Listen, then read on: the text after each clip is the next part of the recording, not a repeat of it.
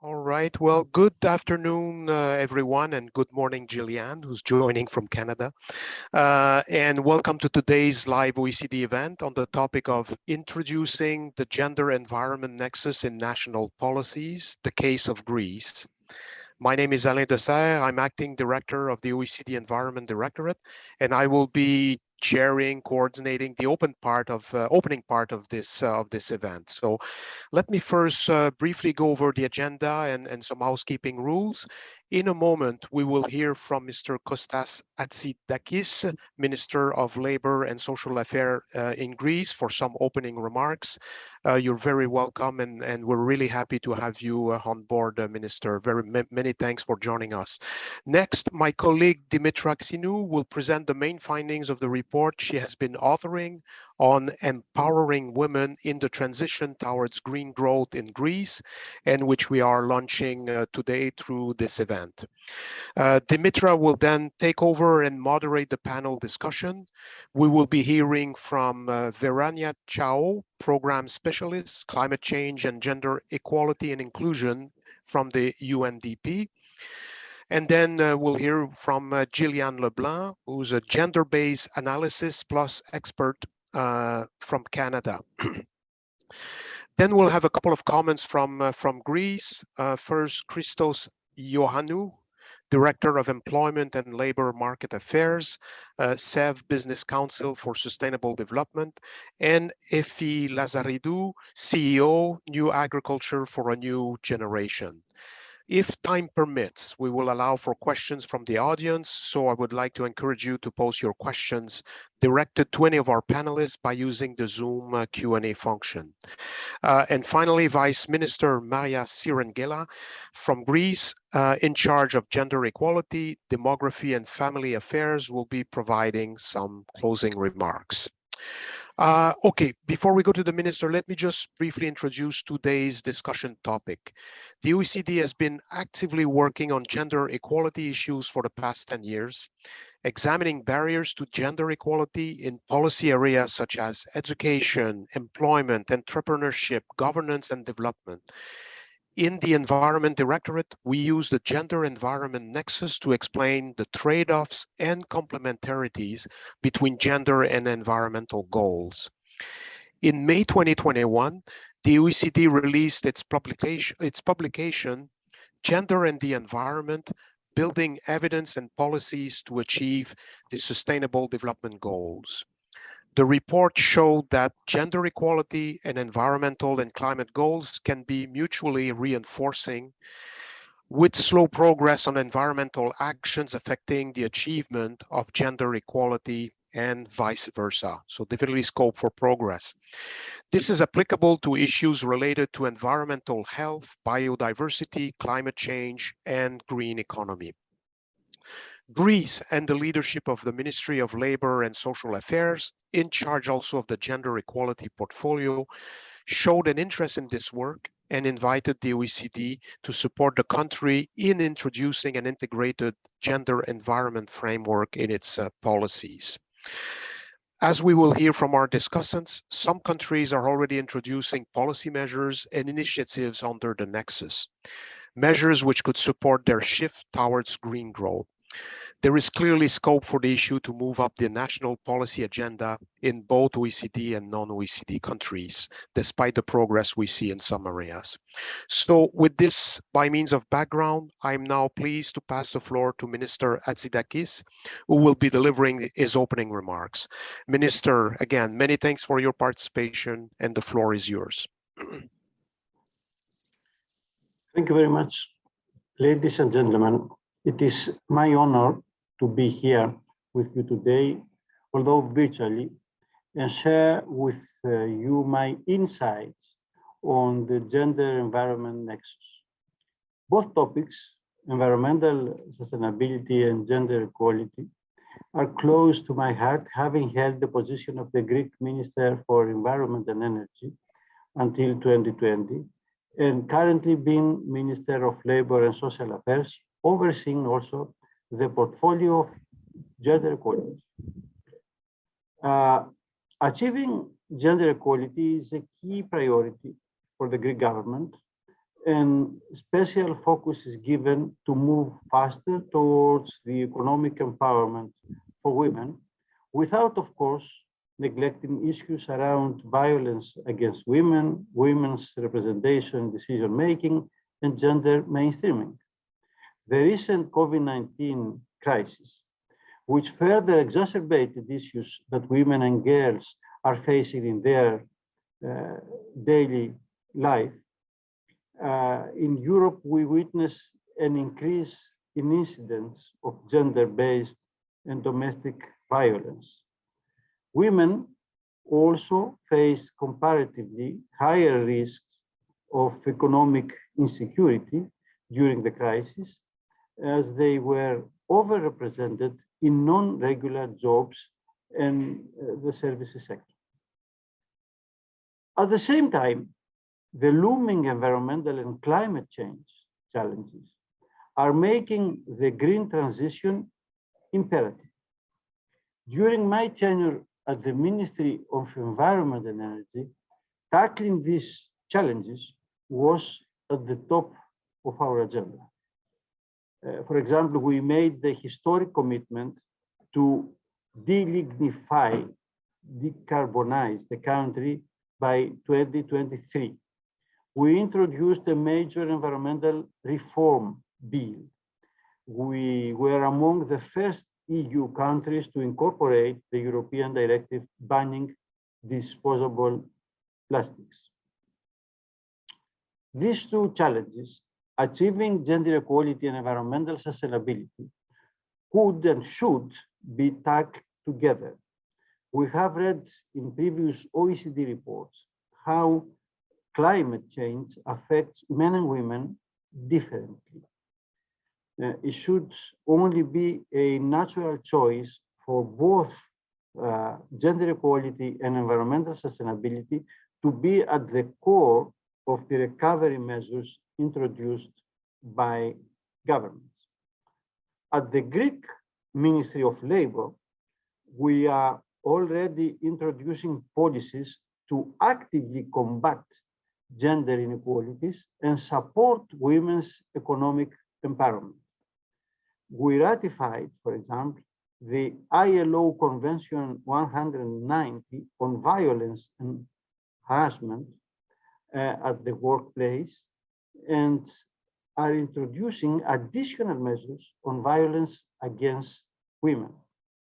We have launched the Neighborhood Nanny program, providing babysitting services for infants up to 2.5 years of age to balance family and professional life for the women who choose it.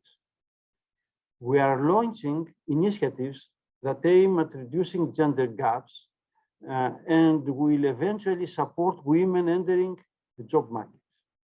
This includes the strengthening of childcare support in order to enhance work-life balance and promote measures that actively support employment of young parents and mostly working mothers. We are also launching initiatives to support the transition to a green economy. We recently introduced a major reform in the area of skills, which will be supported with over 1 billion euros for skills training.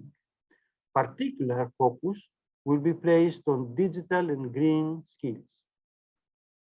One of our proposed programs within our recovery and resilience plan is the Green Jobs Initiative, which aims to support the transition to a green economy by subsidizing the creation of 5,000 new jobs at businesses that are either already operating in or are shifting their businesses model towards the green sector with an emphasis on unemployed women through higher subsidy rates compared to other unemployed persons.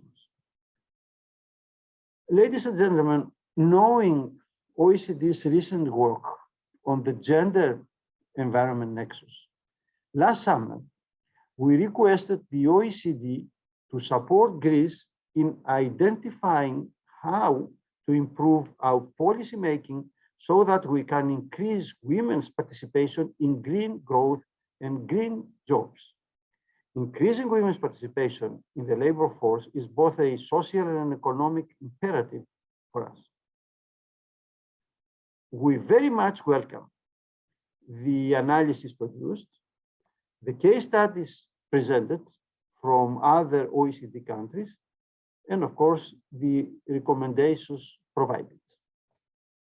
I'm a firm supporter of following the good examples and avoiding the bad ones, of course, when it comes to introducing new policies. From our side, we have every intention to integrate the best way possible these recommendations through our national gender equality strategy action plan and in collaboration with other ministries. I look forward to hearing the presentation with the key findings and to the assuredly fruitful discussion that will follow. Thank you very much. Many thanks, Minister, for your intervention and for highlighting not only the commitments of your government, but also the action plan to address the issue of gender equality in the green transition. Many thanks again. So now I would like to give the floor to Dimitra Xinou, who will be presenting the key findings from the report. Dimitra is part of the gender team in the Environment Directorate, and her work focuses on mainstreaming gender equality and women's empowerment in environmental policies. So over to you, Dimitra. Thank you very much, Alain. Hello, everybody. Welcome. I will be presenting to you the report Empowering Women in the Transition Towards Green Growth in Greece. But the report applies the gender environment nexus on Greece's national policies in an attempt to bring to the forefront the interlinkages between gender equality and environmental sustainability. An integrated approach, as we heard earlier, is expected to alleviate limitations to gender equality and women's economic empowerment deriving from social and cultural discrimination and biases. It would also further enhance women's role in the transition towards a green economy. Next slide, please. The methodology applied for introducing the gender environment nexus in Greece's national policies covers the following points. Firstly, mapping the gender environment nexus in Greece. Secondly, evaluating the impact of environmental policies to gender equality and women's economic empowerment. And thirdly, assessing whether national gender equality policies advance environmental sustainability. The report following this analysis concludes with a list of 30 recommendations under 5 targets. Dimitra, Yes? sorry to interrupt you. There's a little bit of a sort of background noise on the line. I don't know if you're using a microphone or not. Or maybe see if you can speak closer to the microphone, Okay. because there's some sort of buzz. There's a bit of a buzz when you talk. I think it's the laptop. I'm really sorry about this. Okay. It's better now. Okay, thank you. The report following this analysis concludes with a list of recommendations, which if applied could assist in evaluating future policy making under the nexus. Some limitations to the methodology do exist. The evaluation is based mostly on qualitative analysis due to limited quantitative data and information available. Consequently, an intersectional approach was applied where possible. When this is not the case, special attention to other factors such as income, age, geographical factors, and other socioeconomic characteristics should be taken into consideration when implementing the recommendations. Next slide, please. For Greece, as in other OECD countries, we see that there is no systematic application of the gender environment nexus in its policy making. In many policy areas, the nexus is absent. This is the case in relation to data collection, as we mentioned, where there is a lack of sex and gender disaggregated data collected in environment-related economic activities. on women's leadership and decision-making roles, as well as on gender mainstreaming. The limited gender-sensitive and gender-responsive environmental policies therefore failed to address issues of vulnerability, such as in the case of energy efficiency and energy poverty and climate change, or to support in a systematic way women's inclusion in environmental sectors. On the other hand, the National Gender Equality Strategy does take a more holistic approach, which could be further enhanced if gender was mainstreamed horizontally in thematic areas such as the environment, energy, and climate change. Greece, as other EU member states, is now introducing, we heard it from the minister as well, gender sensitive and green measures in its recovery package, showing that there is a potential in bringing the two goals together. The report covers various national environmental strategies, policies, and policy tools with a gender lens, which you can see in the slide. And it also covers both the possible implicit and explicit impacts on gender equality and women's economic empowerment. Even though social considerations are addressed in energy and climate policies in legislation in Greece, the gender dimension is often absent. In Greece, as elsewhere, women, especially those heading single-parent families, may face greater vulnerabilities due to energy poverty. A gender lens is also imperative when designing climate change adaptation actions and measures at national or local level. The report focuses both on gender-sensitive sustainable cities and gender mainstreaming in urban planning, public transport, presenting good case studies from other OECD countries. Special attention is also provided on sustainable infrastructure, pointing out how such tools such as gender-sensitive environmental impact assessments and green procurement procedures could both boost women's economic empowerment and stimulate a better environmental and social performance of products, services, and works provided. Next slide, please. When looking more broadly on women's economic empowerment, women's labor force participation in Greece remains low compared to the OECD average, with health and education being the only female-dominated sectors. Estimates on green jobs created in the EU show a focus in construction, manufacturing, and engineering for the next years. So women's uptake on new jobs is projected to be on a much smaller scale than men's, though men are expected to be more severely affected by the shift to circular economy. To support women's economic empowerment in environmental sectors and green jobs, Greece could prioritize targeted vocational training and education programming, encourage reskilling and upskilling both for women already in the job market and those entering or re-entering. Guaranteeing gender balance overall in programs may also increase women's participation and eventually entrance in the job market. This could be achieved by specific targeting in program design, accompanied by the necessary outreach and awareness raising. A tailored approach to environment-related economic sectors with high levels of female participation could also be applied. Sustainable agriculture, ecotourism, green entrepreneurship, eco-innovation, as is already done in other EU, OECD countries. And finally, this is an opportunity for Greece now building its new skills strategy, to include both a section on green occupations and green skills, as well as to provide a gender-sensitive analysis to promote women in some of these occupations and positions for which they have or can easily attain the necessary skills. At the same time, increasing women's participation in the green economy, including Greece's transition away from coal-intensive economic activities and a move towards circular economic activities, requires a coherent approach from an early age. This covers further increasing girls' participation in STEM studies, supporting women's entering STEM-related occupations by breaking access barriers, and of course, breaking cultural and other barriers in which render women invisible in STEM sectors. Women's share employed in the agricultural sector is high in Greece, with women about 40% holding about 40% of the jobs compared to the OECD average of 27%. Policies already in place could explain these trends, such as women's high ownership of land. Other initiatives are also worth mentioning and further explored, such as the recent introduction of women-led farmers cooperatives, whose results, however, are yet to be shown.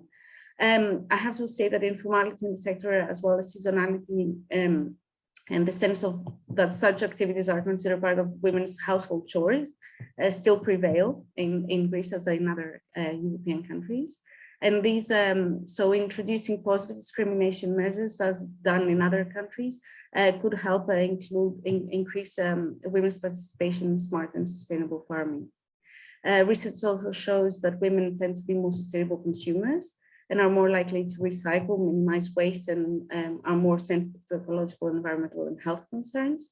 Acknowledging that gender differentiated behavioral preferences in household consumption and waste generation and prevention should be taken into consideration when designing effective public communication campaigns and promoting eco-labeling.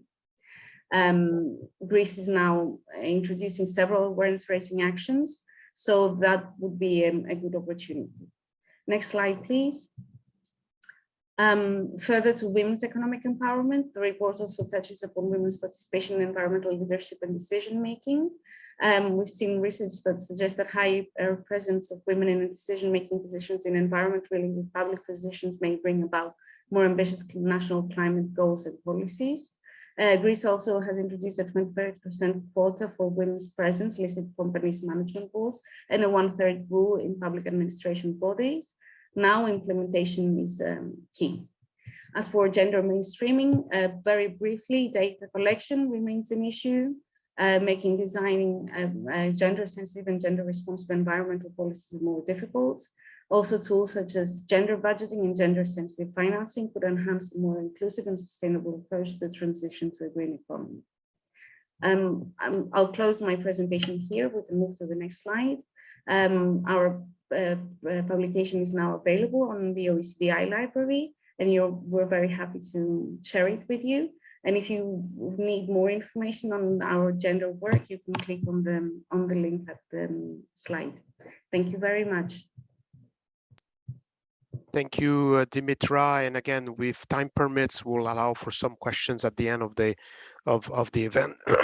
In the meantime, we can now move on to the panel discussion part of this event.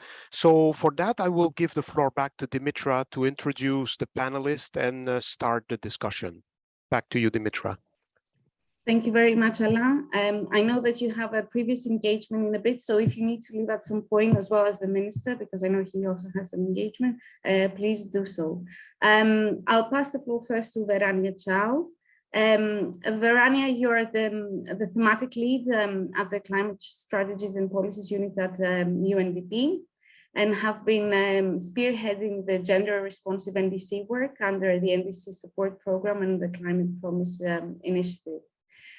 Based on your work and experience on gender inclusion and climate change at UNDP, what does it take for countries to fully integrate gender issues in national climate actions? Thank you, Dimitra. Good afternoon or good morning, everyone. Let me first thank the OECD and the organizers of the event for this invitation. It is a pleasure to be here today. I believe there is a need for a comprehensive framework that brings gender to the center of national climate action plans. And this framework needs to include financing and concrete plans for implementation as well. Through our climate policy work at the national level, particularly on the nationally determined contributions, the NDCs, UNDP has been supporting countries in integrating a three-pronged approach to gender-responsive climate action. And this includes establishing effective governance structures, which involves clear institutional arrangements to engage gender actors, strengthening coordination mechanisms, and increasing institutional capacity. The second aspect or area is supporting inclusive planning processes that are built on multi-stakeholder consultations and through gender analysis that identify capacity gaps and planning priorities, often at the sectoral level. And finally, integrated policy frameworks that identify how NDCs can both take into account gender differentiated impacts while also helping to achieve or promote gender-related objectives and to better articulate gender in existing climate policy instruments. This is also quite relevant. So under the Climate Promise Initiative, the world's largest offer of support for countries to raise their climate ambitions through the NDCs, UNDP is working with 120 countries to strengthen gender in their NDC enhancement and implementation process. We have seen promising evidence that our approach of integrating gender equality dimensions within existing core policies and planning processes instead of through parallel avenues. And we've seen how this helps ensure that there is government buy-in and that gender is not sidelined.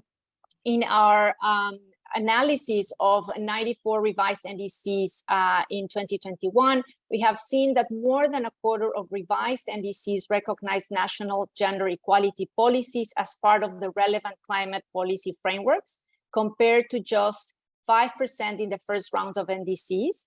And we think that this is a promising start, and we're happy to be part of this discussion today and to learn about some of the important work that Greece is doing in this area. We mainly work with the developing, both countries are working around this area.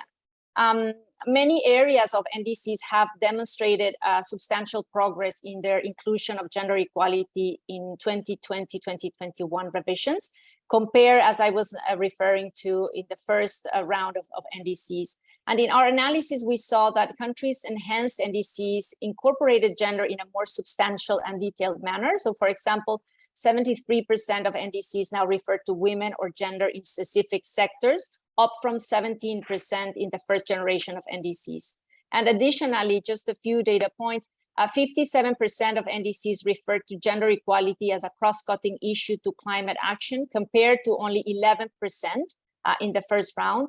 And 78% of revised NDCs include women or gender under climate adaptation, and 57% under mitigation. And of the same countries, only 32% and 15% made reference to gender or women in their first NDCs under climate adaptation and mitigation, respectively.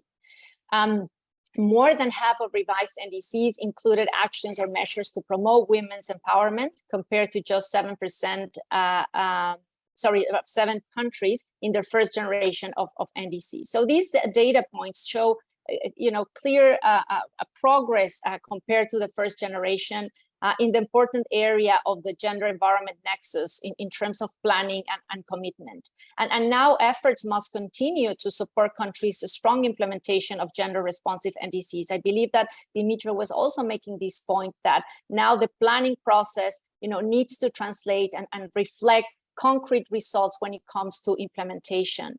And as an important aspect of implementing gender responsive climate action is to secure finance. Of the 94 countries that have revised their NDCs in 2021, only 20 countries have highlighted the importance of women's access to finance for climate action. And no NDCs had recognized this in the first round of the plans. So just as an example of a country that was quite explicit in indicating this aspect, Cabo Verde indicated that by 2025, it will adopt a public agricultural financing and credit program to promote regenerative circular agricultural systems with a special incentives for women and youth to enter the scheme. So this is the type of concrete measures that we are expecting to see, and not only in the NDCs as commitments, but also, of course, to be implemented. As you may know, past experiences in many countries shows that the implementation of gender responsive climate action has sometimes been inadequate. Even in cases where capacities are in place, data has been collected and analyzed, and sectoral analyses have been done, we often see gaps when it comes to allocating budgets for planned actions and implementing these plans on the ground. So efforts have been made, to integrate gender considerations within various funding streams is really important, and to make this in a more comprehensively manner. And finally, just to say that, so again, as a critical element to implementing climate action, so finance is one of the areas where there is definitely room for improvement and to continue the support and capacity building. And for us, the NDC implementation process opens up the opportunity to guide and strengthen, these NDC financing and investment plans, and to ensure these are gender responsive. And as you may know, the NDC becomes really a strong policy instrument to guide the overall climate change agenda at the country level. thank you for now, Dimitra. I'll stop here. May I ask you one more question, because I know that that you do have a position on this. Beyond the NDCs, how would you see this linking also with the green recovery process?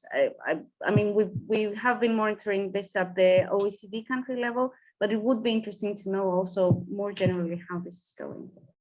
Of course, thank you, Dimitra. Yeah, so yeah, definitely. I mean, gender equality indeed is essential for you know, global environmental action and to work towards a more sustainable and equal and just post-COVID world. I definitely, you know, the recovery process, you know, it's an important area where this nexus needs to be strengthened.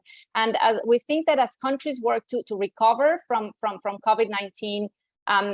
Governments have a unique opportunity to take steps towards gender equitable, greener and fair societies, definitely. I would like to share perhaps a new initiative that we think it's important in the sense that, you know, will really speed up progress in this area and provides a concrete data and opportunities for policy learning on the gender environment nexus. I would like to mention that UNDP, OECD, and UN Women have joined forces to analyze and advance green and gender-sensitive policies through the COVID-19 Global Gender Response Tracker with a green dimension, quite a long title, or the Gender Green Tracker. This initiative was born from a collective commitment announced at the July 2021 Generation Equality Forum in Paris under the Feminist Action for Climate Justice Action Coalition. And the Gender Green Tracker was built by drawing on the success of two existing tools. First, the COVID-19 Global Gender Response Tracker, which was launched in September 2020, co-created by UNDP and UN Women. And which mainly monitors gender-sensitive measures enacted by governments in response to the COVID-19. And also the second is the OECD Green Recovery Database that was created in April 2021 to catalog COVID-19 policy measures that are likely to have an impact across one or more environmental dimensions. And it had showed that there are relatively few measures that are considered gender relevant. As part of this collective commitment, UNDP, UN Women, and OECD have brought together, you know, the expertise that each organization has on gender and environment dimensions to create this new tool that aims to map government policy measures in response to the pandemic, and really focusing on the nexus of green and gender and applying this lens. It will cover roughly 60,000 policy interventions in areas of social protection, labor market, economic policy, and public spending, and gender-based violence. And it captures policy also from 200 countries and territories. So it's quite a big, let's say, analysis in terms of the data. We think that the analysis of this policy data, it gives the opportunity to highlight gender gaps in policies that are likely to have an environmental impact, but also show, you know, areas where it could be strengthened. So in addition to providing, let's say, the data on these gaps, the initiative also brings to light strong and innovative practices in the gender environment policy area, and we believe that this facilitates global learning and knowledge sharing. The tracker will provide also governments and policy practitioners concrete examples of countries already pursuing an inclusive, gender responsive and green recovery through these specific policy interventions. So we'd like just to say that we really look forward to launching this tool in the coming months, and we will be very happy to promote the launch with all of you joining us today. So thank you. Thank you, Verania, for your insights and for the information. Now I will turn to Gillian Leblanc. Gillian is an expert on gender-based analysis plus, a tool that Canada has introduced to assess how different people may experience policies and programs and government initiatives. Gillian, which are the key tools Canada is using to introduce gender considerations in policymaking, and how are these implemented in cases linked to environmental policies and measures? The floor is yours.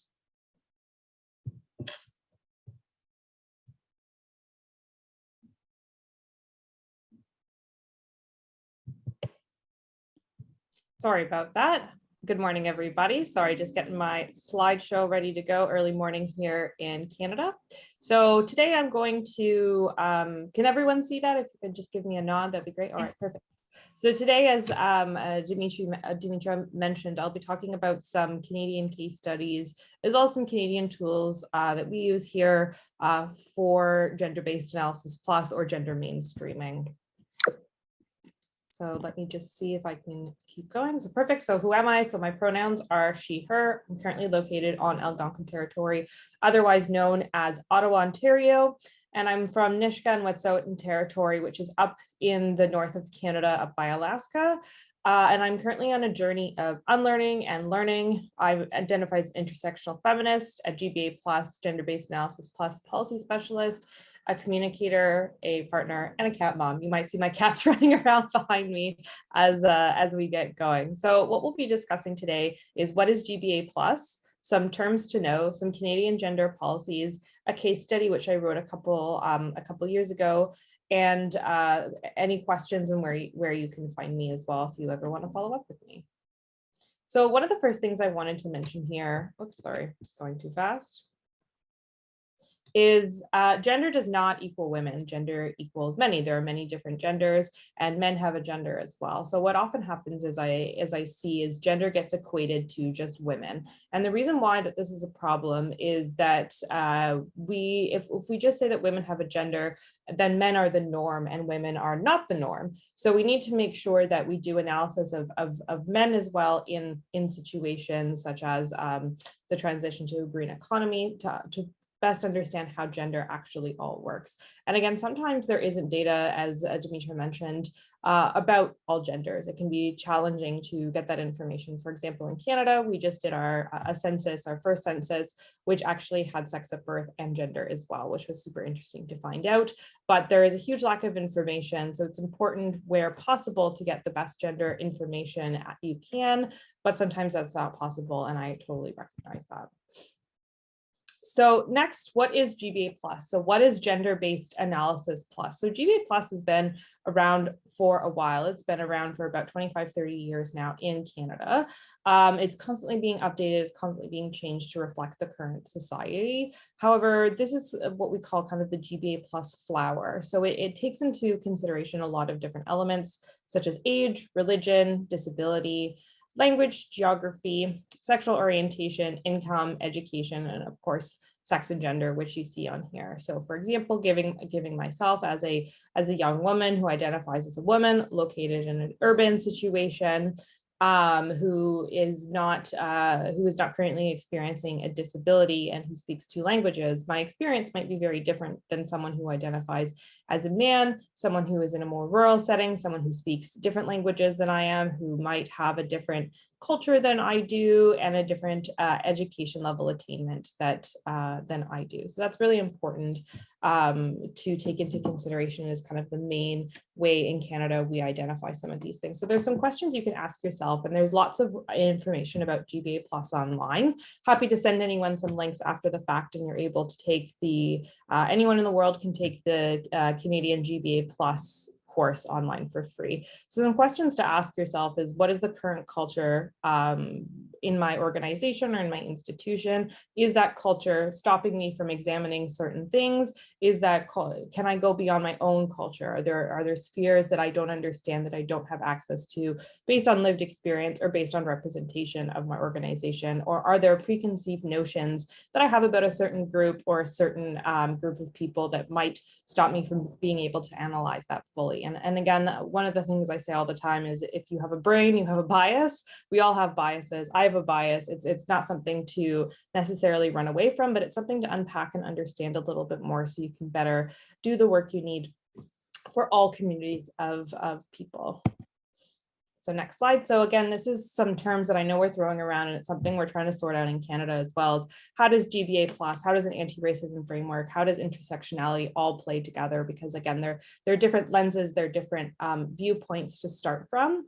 But one of the things I did want to discuss is about intersectionality. I know that was mentioned in the report, which is great. We love to see intersectionality, and GBA+ lends itself very well to intersectionality. So before we go into a discussion of how they interrelate with each other, I'll just explain a bit about what intersectionality is. You might already know this, might be a good refresher for you. So it was a term identified by Dr. Kimberly Crenshaw. So it's a lens, a prism, from which we can see various forms of inequality operate together and exacerbate each other. So as I mentioned before, if you are for example, a rural man with a different education status than I do, you may not have certain access to certain jobs, certain spaces, certain understandings that someone who is more from an urban area with a higher level of education does have. I'm not saying that I'm better. I'm not saying that anybody's worse. It's just understanding where people are and being able to meet them where they are.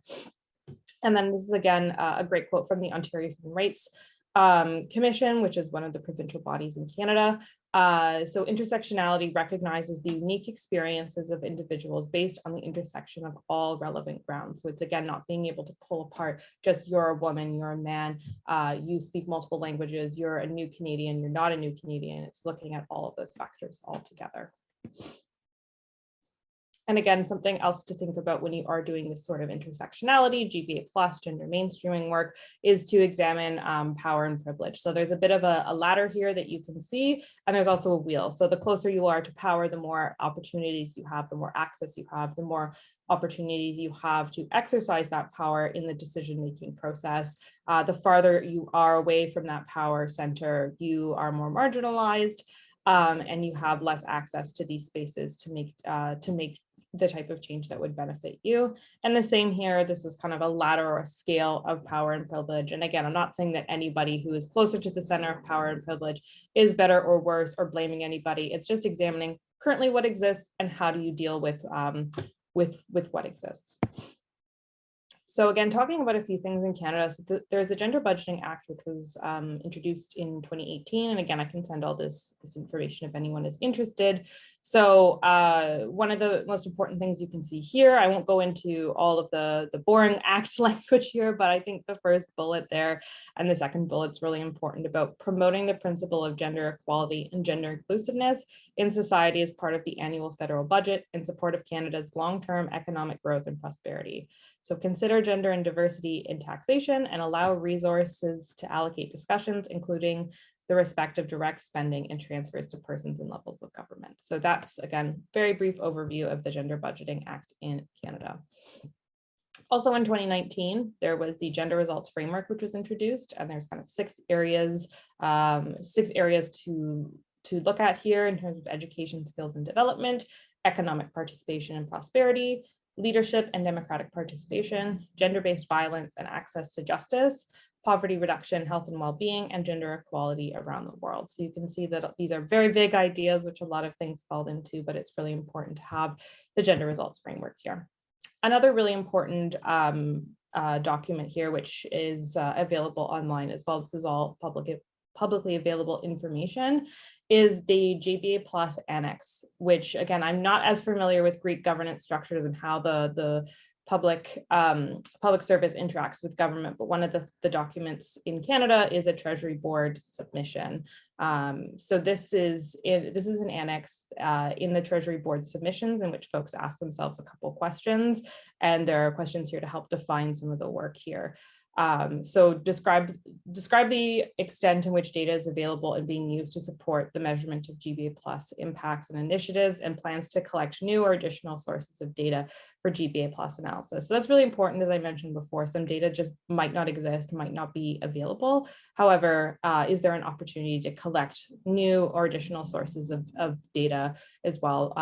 There's a whole directive in Canada for the sex and gender modernization, which is really important about where to collect sex, where to collect gender, and how to collect it, and what is some questions to ask yourself in terms of, should I be collecting this information? Am I over collecting this information or under collecting this information? And again, as I mentioned before, if there's no data available and there are no plans to acquire, explain why. So this is a really important question. It kind of pushes people, rather than just saying, no, I don't want to do this, is to, why are you not going to do this? It's an important question to ask yourself and identify. And then if there are plans to collect data, will there be a collaborative effort with other organizations? I think it's really important to utilize systems such as the Open Government Partnership, provincial partnerships, local partnerships, about how do you collect this data and how can you best use it for the community. There's a really great training. It's called the Ownership, Control, Access, and Protection of Indigenous Data. In Canada, of course, that's a really important subject. And one of the things that is mentioned there is, how are you going to give back to this community? Communities are often overstudied, and they're often under provided for. So it's important to, if you're able to gather this data, how can you give this back to the community? How can it be beneficial? We don't just want to hoard our data in our little world and not be able to give it to others to access. Of course, there's privacy issues that could come into play, but that's a whole other discussion.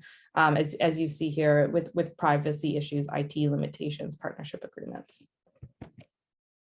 And then last but not least, I'll just talk a little bit about a case study about Canada's manned session. So they say here that Alberta, Canada's manned session happened in 2014 to 2016. And this is a prime example, again, how the transition to a greener economy is gendered, as I mentioned before, that it's not just women who have a gender, men have a gender too. Folks, everyone has a gender, or some people don't have a gender, but it's important to understand how that gender engages with different subjects. So you can see here that men represent 75% of Alberta's oil and gas workers. Again, this is an article from 2016 or 2016. And the source of high-paying jobs in the province, but the sector is susceptible to economic swings. So young men, again, going back to the GBA plus, if you look at the GBA plus framework, you can identify age as well. So young men were hit the hardest from the recession in 2014, with their employment rate dropping from 67% in 2014 to 60% in 2016 and 55% in 2018. Many of them did not have a basic high school education and had to start their careers again. So it's again important to look at the GBA plus, where you can see that people are location, there's education level, there's age, and there's lots of other factors at play here. And this is just something I wanted to pull. This is not based on the Greek study. This is based on a case study that I wrote on Alberta's manned session, as well as using UK and Canadian data. So this is just some gender differences in green and brown jobs that I was able to identify. So job loss is particularly damaging for men's mental health. I think that's really important to identify and understand, as men often identify very strongly with their jobs. We shouldn't be discounting mental health. We shouldn't be discounting societal pressures that exacerbate men's mental health issues. And the transition to a net zero economy may mean safer jobs for men, and not just job security, but actually security on the job. So there's a high rate of men reporting accidents on the job, which can lead to further unemployment or potentially full-time disability with the inability to reintegrate into the workforce. Men in brown jobs have lower levels of education, so that's really important to understand when you are transitioning to a green economy that often does require higher levels of education, that the folks in this area may have lower levels of education, may be more difficult to transition into a green economy. Men have unique barriers to upskilling in terms of, again, lack of education, in terms of time, and in terms of also willingness to want to upskill. And this last point goes into my third point, or in my second point as well. So men are more likely to take high risk, higher paying jobs due to expectations from prescribed masculinity. So it's delving into why are they taking these high risk, high paid jobs, and how can that be damaging to their physical health and mental health as well. And going into women as well in the gender differences in green and brown jobs. So violence against women, can increase when there is job loss. And it was really interesting to see that it's both when there's job loss of a same-sex partner. This was only same-sex information of a same-sex partner. And also if the woman loses her job as well, there can be an increased violence against women. The gender pay gap is larger in green jobs than in brown jobs. So again, there's often more women in green jobs. However, they're in lower paid, lower ranking, less decision-making roles, which again is not, even though there's more, and that's great to see, that they are not in the decision-making spaces. So women in green jobs are highly educated. That's also another factor to consider, that there's already a lot of education there, and what does that mean for upskilling, reskilling, et cetera. And women in brown sectors are less likely to upskill, which again can be an issue for transitioning to a green economy. And women are often more in supporting roles than in senior decision-making roles in both sectors, both green and brown. So how do we ensure that if we are wanting to move women across the pipeline from lower supporting roles to more decision-making roles, as Dimitra mentioned about the importance of having women at the decision-making table due to their lived experiences and different habits and different relationship with a green economy. What does that mean? So I know that was a very speedy presentation by me, but I wanted to leave some time and see if there was any questions. So thank you so much. And I will stop sharing my screen at the moment. Thank you very much, Gillian, for this interesting presentation and your interesting views. I will now turn to our two Greek panelists, inviting them to provide their perspectives on what they have heard and how these points raised could also be applied to Greece from their perspective. First, I'll move to Dr. Christos Ioannou. He's the Director of Employment and Labor Market Affairs at SEV, the Hellenic Federation of Enterprises. Dr. Ioannou, SEV has been actively engaging in discussions around green growth and sustainable development with a focus on sustainable occupations of the future. What is SEV's take on how women could be further integrated in these occupations in Greece? Okay, thank you. Let me first thank you for the invitation and the very rich paper you gave me the opportunity to read.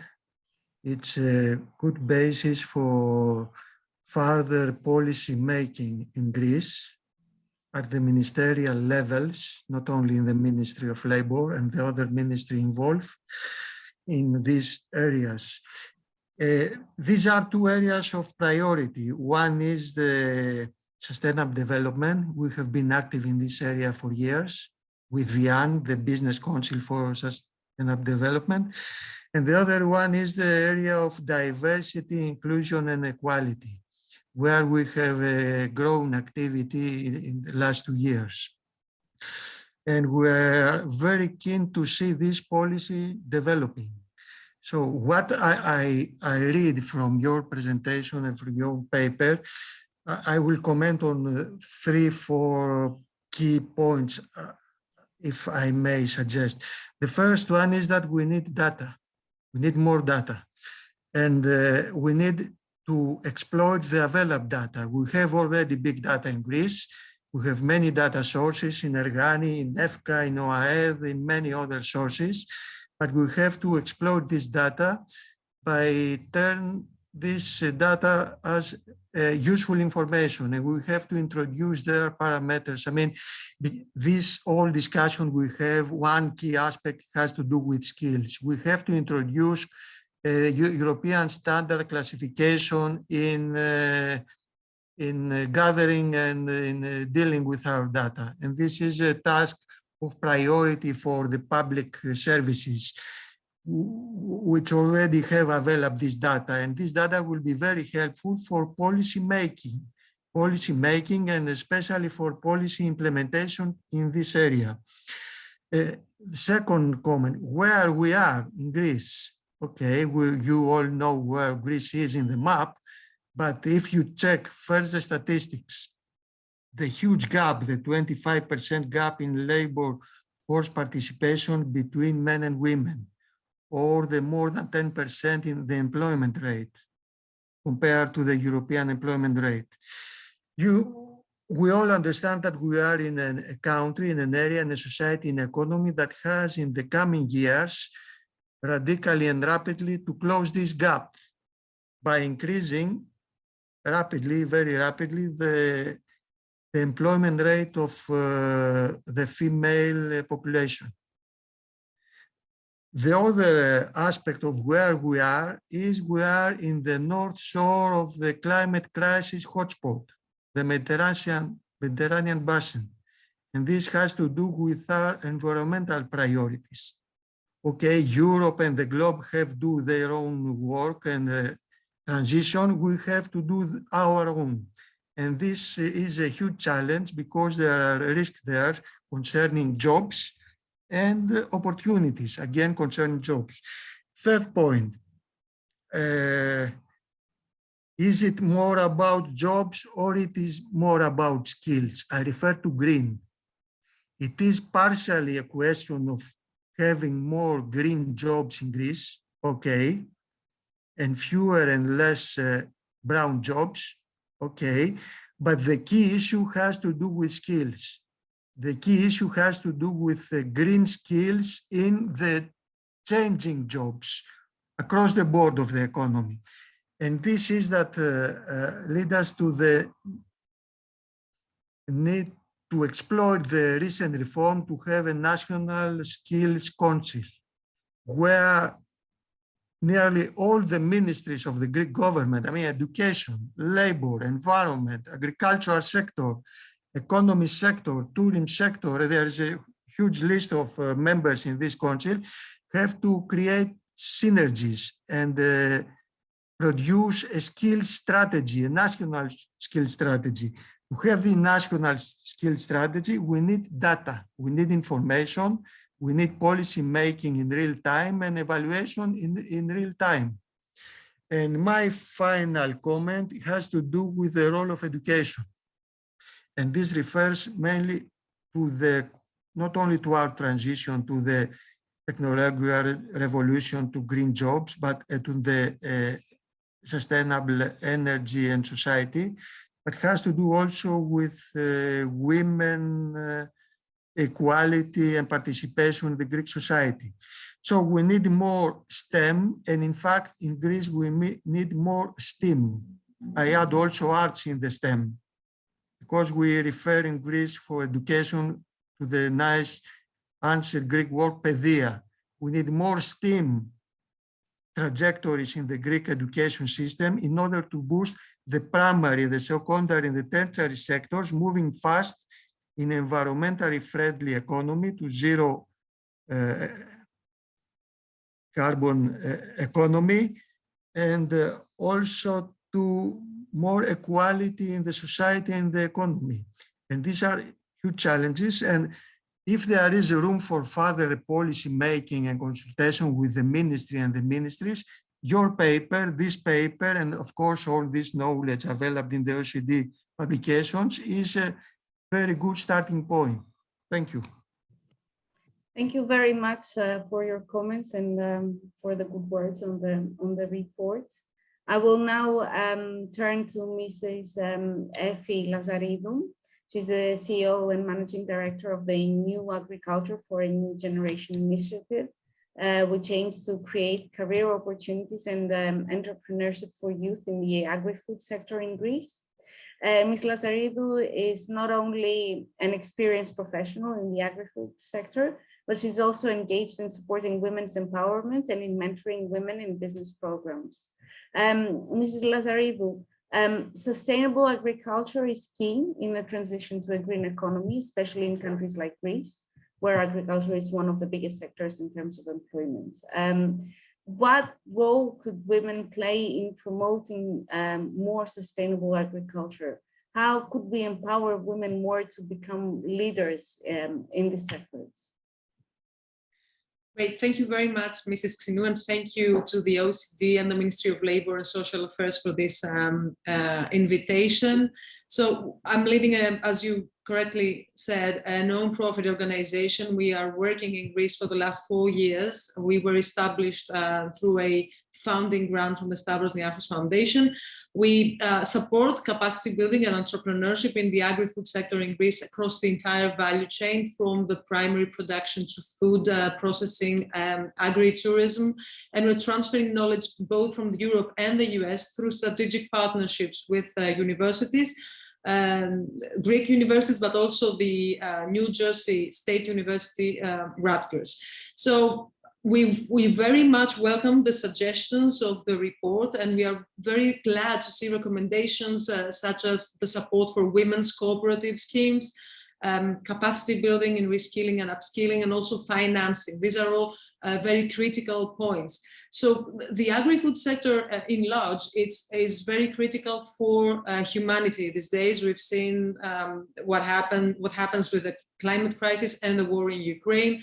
So to achieve the Paris Agreement goals in regards to climate, the global food system needs to become net carbon sink from 2040 onwards. And this is creating huge challenges, but also opportunities, and opportunities for women to enter actively and dynamically as leaders. So according to the Food and Agriculture Organization of the UN, if female farmers had the same access to resources and education as men, including access to cooperative schemes, this could increase food production by women up to 30%, potentially eliminating hunger for 150 million people. So we're talking about huge opportunities here.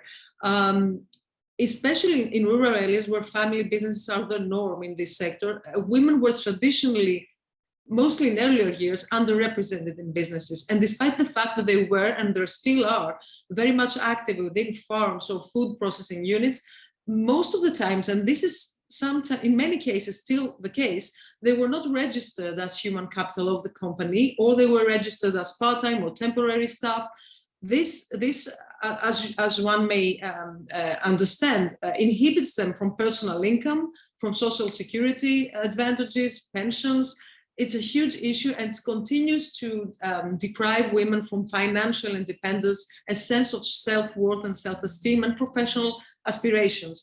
So even though there have been important developments in Greece in terms of, acknowledging women, having women leading farming endeavors, we still have a very long way to go. With our organization, New Agriculture, New Generation, we work, as you may understand, in rural areas, and we are very active in supporting the establishment of new women's cooperatives. Actually, we have established several of them around Greece.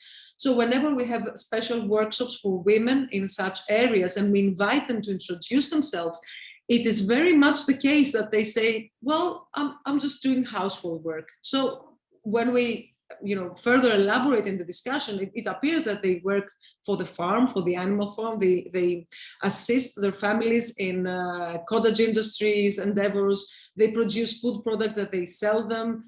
So this is not household work, as you may understand. So women contribute actively in what's happening in farming businesses and food businesses in the rural areas. They contribute actively in the decision-making process as well. Most of the products are produced with contribution, maybe equal contribution from men and women. And sometimes, most of the times, there is, let's say, a kind of engagement between household work and professional work that kind of complicates things.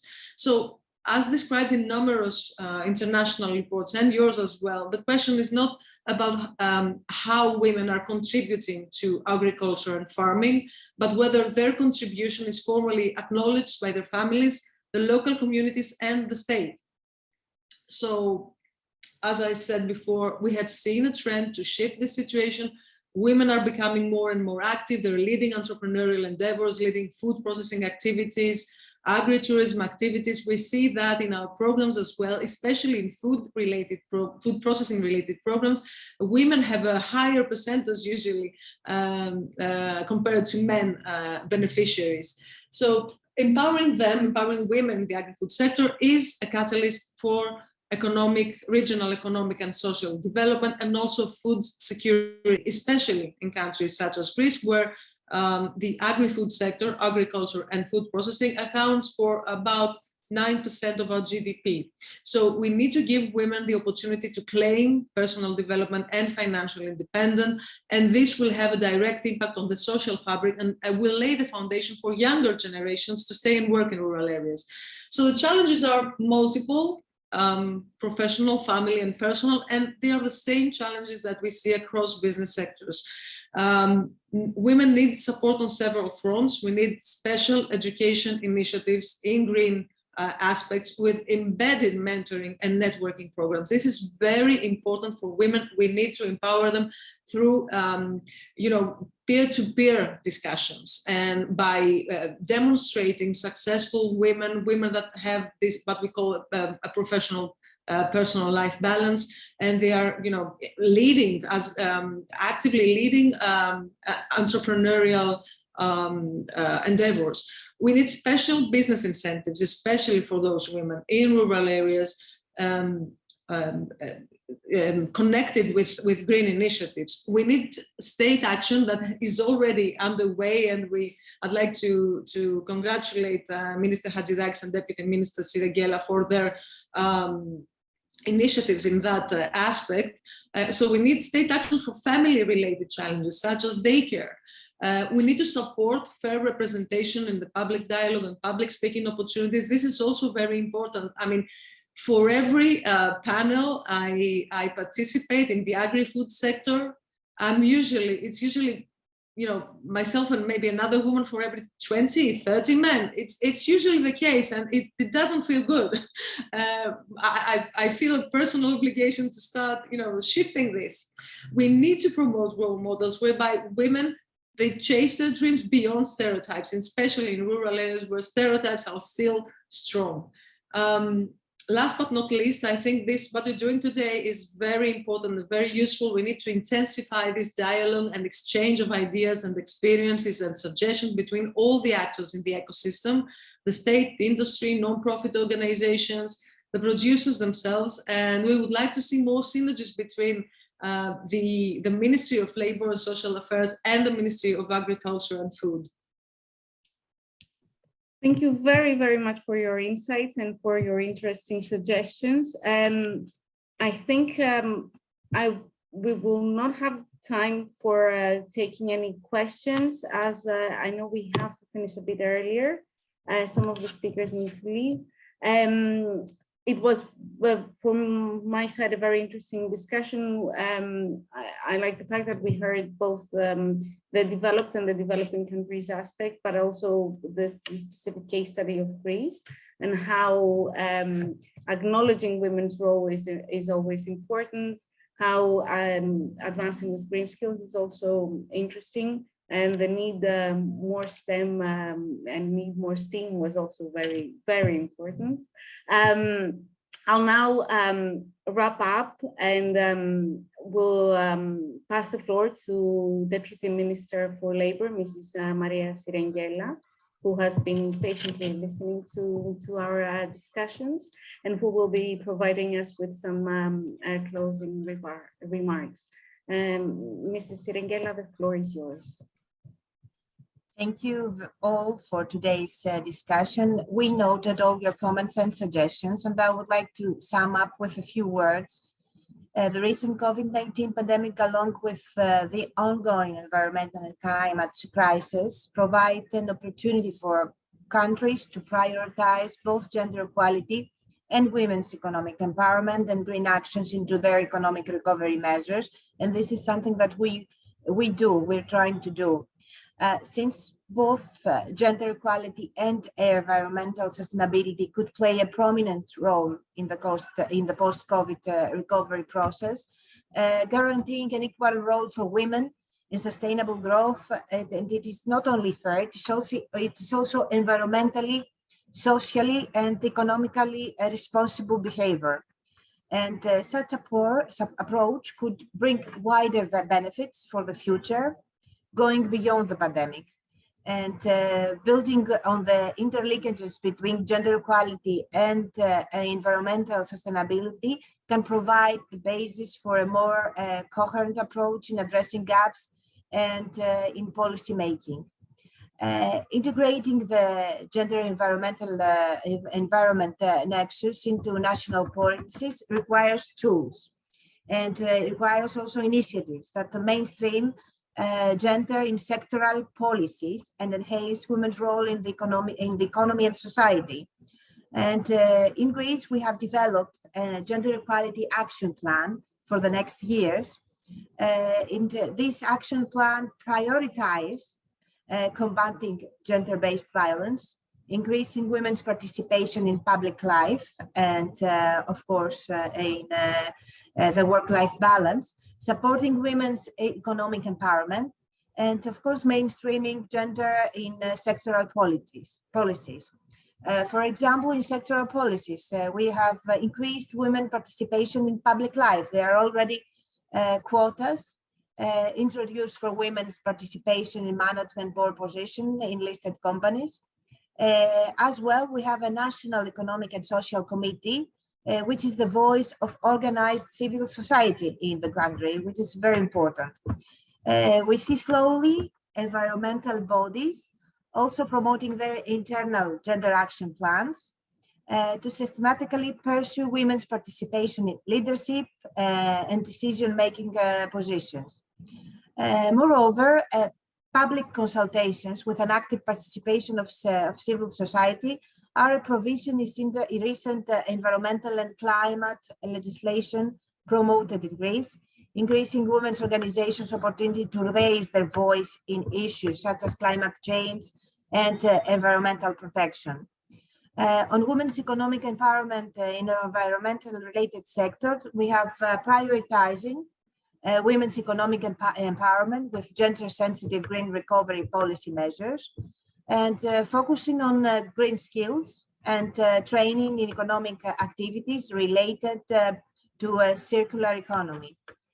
The current report of the ECD, which is very important for us, that is women's empowerment in the transition towards green growth, is aiming at mainstreaming gender in environment.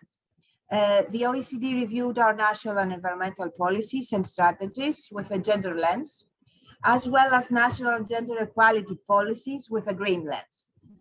It highlighted gaps and possible synergies, which would support women's economic empowerment in the green economy, women's leadership in environmental sectors, and of course proposes indicators which could support applying and monitoring the gender environment nexus.